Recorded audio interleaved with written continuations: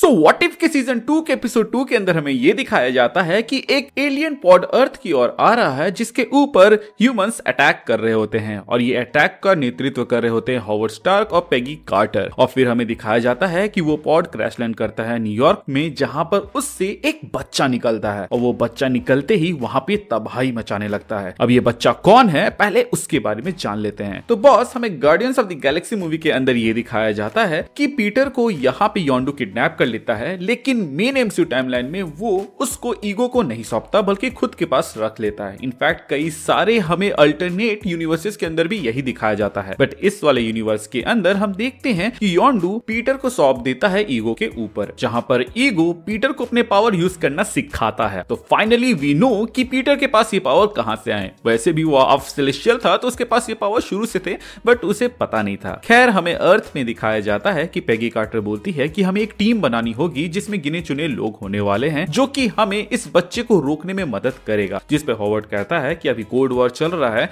और ऐसे समय में एक टीम कहां से बनाएंगे, जिस पर पेगी कहती है कि हमें ये टीम बनाना पड़ेगा क्योंकि जो बंदा कुछ मिनटों के अंदर न्यूयॉर्क की ये हालत कर सकता है वो एक दिन के अंदर अर्थ का नामो निशान मिटा सकता है। जिसके बाद से ये लोग टीम बनाने में लग जाते हैं, जहां पर सबसे पहले ये फोन घुमाते हैं हैंक को, मतलब कि एंटमैन, जो कि अपनी बेटी के साथ लंच कर रहा होता है। और यहाँ पर हम देख पाते हैं कि स्टार्क और हैंक के बीच में वही तानातानी है कि तभी स्टार्क कहता है कि तुम सिर्फ टीवी चालू कर लो, तुम समझ जाओगे कि मैंने तुम्हें क्यों कांटेक्ट किया है। और तभी होप बोलती है कि डैड आपको ये देखना चाहिए। फिर हैंक टीवी देखता है जहां पर उसे एक बच्चा दिखता है जो कि न्यूयॉर्क को तबाह करके वहां से चला गया। हैंक कहता है कि हेलीकॉप्टर भेजो, मैं आ रहा हूं, जिस पर स्टार्क कहता है कि वो ऑलरेडी वहां पहुंच चुका है। इसके बाद हम देखते हैं कि हैंक अपने साथ होप को उस बेस में लेके जाता है जहां पे बाकी हीरोज भी आते हैं। यहाँ पर हम विंटर सोल्जर टचाका और फिर हॉवर्ड स्टार्क को देखते हैं जो कि अपने साथ गोलायथ को भी रखा हुआ होता है। और यहीं पे ये बात रिवील होती है कि असल में हॉवर्ड को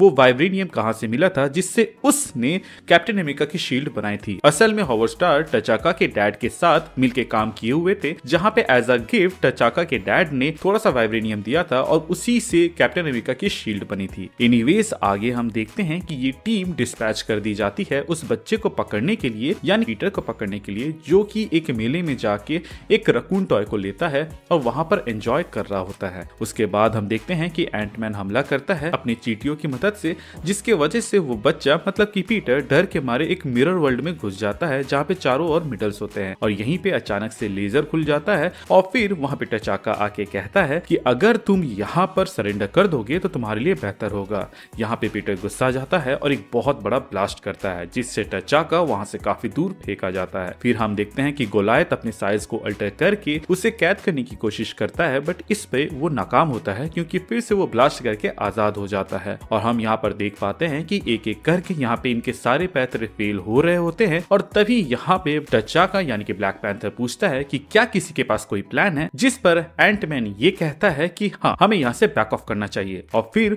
वो लोग वहां से बैक ऑफ करने लगते हैं, लेकिन पीटर, जो कि यहाँ पे काफी ज्यादा गुस्से में था क्योंकि ये लोग उसे वो मेला एंजॉय नहीं करने दिए थे, वो उनको जाने नहीं दे रहा होता है। और तभी वहां एंट्री होती है गॉड ऑफ थंडर यानी कि थॉर की, जो कि एक म्यूनिर के वार से पीटर को वहां पे बेहोश कर देता है। और इसके बाद हमें दिखाया जाता है कि पीटर को उसी जेल में कैद किया गया है जिस जेल में लोकी को कैद करते हैं हमारे टाइमलाइन के अंदर। और फिर यहाँ पर थॉर बताता है कि असल में बाकी 9 रेल्म में से 8 रेल्म खत्म हो चुके हैं और जहां जहां ये बच्चा गया है वहां वहां तबाही मचती गई है। और इन सब का कारण था ये सीड, जिसको मैं सबसे पहले मिसूरी से लेकर आया और इसीलिए मुझे आने में यहाँ पे देर हो गई। यहाँ पे वो सेलेस्टियल सीड की बात कर रहा होता है जो कि धीरे धीरे पूरे प्लेनेट में फैलने लगता है। वहीं दूसरी ओर हम देख पाते हैं कि ईगो पीटर से कांटेक्ट करने की कोशिश करता है, बट वो उसमें नाकाम हो रहा होता है। फिर हमें दिखाया जाता है कि होप गाना सुनते सुनते उसी चेंबर में पहुंच जाती है जहां पर पीटर रहता है। अब आप सोचोगे कि वो यहाँ कैसे पहुंची बिना किसी कार्ड के, तो बॉस वो हैंक का कार्ड यूज करके अपने रास्ते में आ रहे हर एक गेट को क्रॉस करते हुए वहां तक पहुंच जाती है। यहाँ पर वो पीटर से बात करती है और फिर उसको गाना गाने के लिए बोलती है। वो कहता है कि मुझे गाने पसंद तो हैं, लेकिन मेरे पास अब ऐसा कोई डिवाइस है नहीं जो कि मेरी मॉम की आखिरी निशानी। यहाँ पर होप कहती है कि ये MP3 प्लेयर भी मेरी मॉम की आखिरी निशानी है। और फिर हम देखते हैं कि यहाँ पर इन दोनों के बीच में दोस्ती हो जाती है, जहाँ पे पीटर बताता है कि वो बस अपने घर जाना चाहता है और वो अपने डैड को पसंद नहीं करता क्योंकि वो प्लेनेट ही उड़ा देते हैं। तो इसके इसके बाद से हम देख पाते हैं कि होप पीटर की मदद करती है वहां से भागने में, जहां पर वो उस जेल को पहले तो छोटा कर देती है और फिर उस जगह से बाहर निकल के बड़ा करके पीटर को MP3 प्लेयर देती है और बोलती है कि यहाँ से तुम जाओ अपने घर मिसोरी। पीटर पहले तो वो MP3 प्लेयर नहीं लेता है क्योंकि वो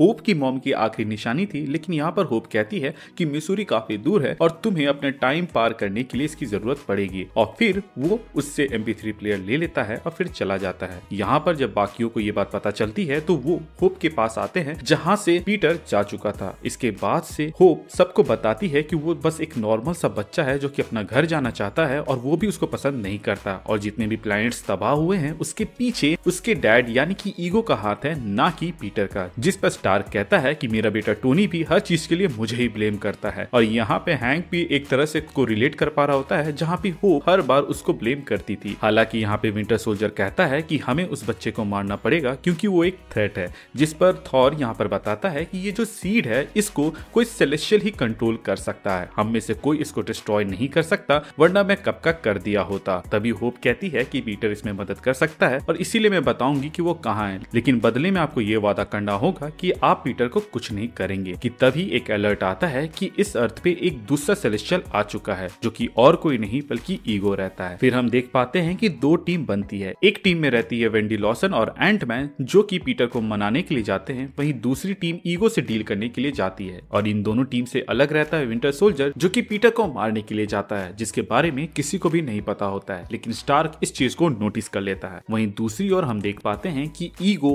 आकर यहाँ पर बाकी सबके साथ जंग छेड़ देता है, जहाँ पे वो अर्थ से अपने कई सारे क्लोन बनाता है और फिर वहाँ पे लड़ाई छिड़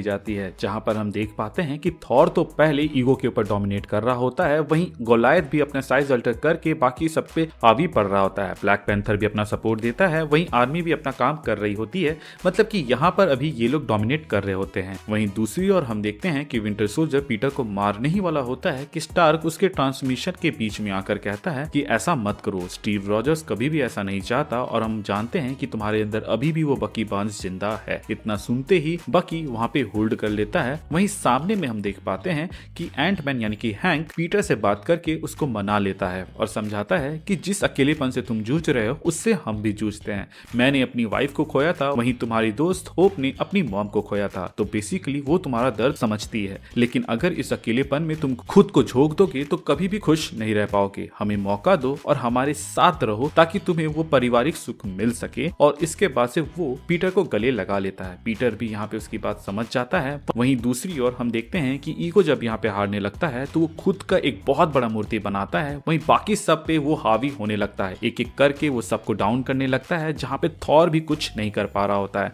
और यहीं पर हम समझ पाते हैं कि कैसे ईगो ने बाकी सारे प्लैनेट्स को भी तबाह किया होगा और वहां पे थॉर क्यों कुछ नहीं कर पाया था। खैर यहाँ पर हम देखते हैं कि जो ईगो रहता है वो उस सीड को लेकर खुद में जोड़ने ही वाला होता है कि वहां पर पीटर हैंक के साथ आ जाता है, और फिर हम देखते हैं कि पीटर उस सीड को ले लेता है और खुद में एब्सॉर्ब करके उस ईगो को शूट करता है और फिर उसको खत्म कर देता है, और इसी के साथ यहाँ पे अर्थ में सब कोई बच जाते हैं। इसके बाद हम देखते हैं कि सब कोई पार्टी सेलिब्रेट कर रहे होते हैं, तो वहीं पर हम देखते हैं कि वेंडी बच्चों को एक कैट गिफ्ट करती है। अब आपको तो पता है ये कौन सी कैट है, अगर नहीं पता तो याद दिला दूं, ये गूस है जिसको आप लोगों ने कैप्टन मार्वल मूवी के अंदर देखा ही होगा। खैर इसके बाद हम देखते हैं कि जब खान पान यहाँ पर हो जाता है तो थॉर कहता है कि हमने जिस ईगो को मारा है वो बस उसका एक वर्जन था, जो असली ईगो है वो अभी भी सेफ है और उसे जाके ठिकाने लगाना होगा, तभी जाके वो बाकी प्लैनेट्स को तबाह होने से बचा सकता है। तभी यहाँ पे स्टार्क टोकता है और कहता है कि तुम इसमें अकेले नहीं हो, हम भी तुम्हारे साथ है। और इसके बाद हम यहाँ पर एक नई अवेंजर्स की टीम फॉर्म होते हुए देखते हैं जो कि ईगो को ठिकाने लगाने के लिए जा रही होती है, और इसी के साथ ये एपिसोड खत्म होता है। बेसिकली ये एपिसोड तो मुझे काफी ज्यादा मजेदार लगा। आपको कैसा लगा आप मुझे कमेंट सेक्शन के जरिए बता सकते हैं। तो गाइस आज के लिए बस इतना ही। अगर आप अगला एपिसोड मिस नहीं करना चाहते हैं तो हमारे चैनल को सब्सक्राइब कर दीजिएगा,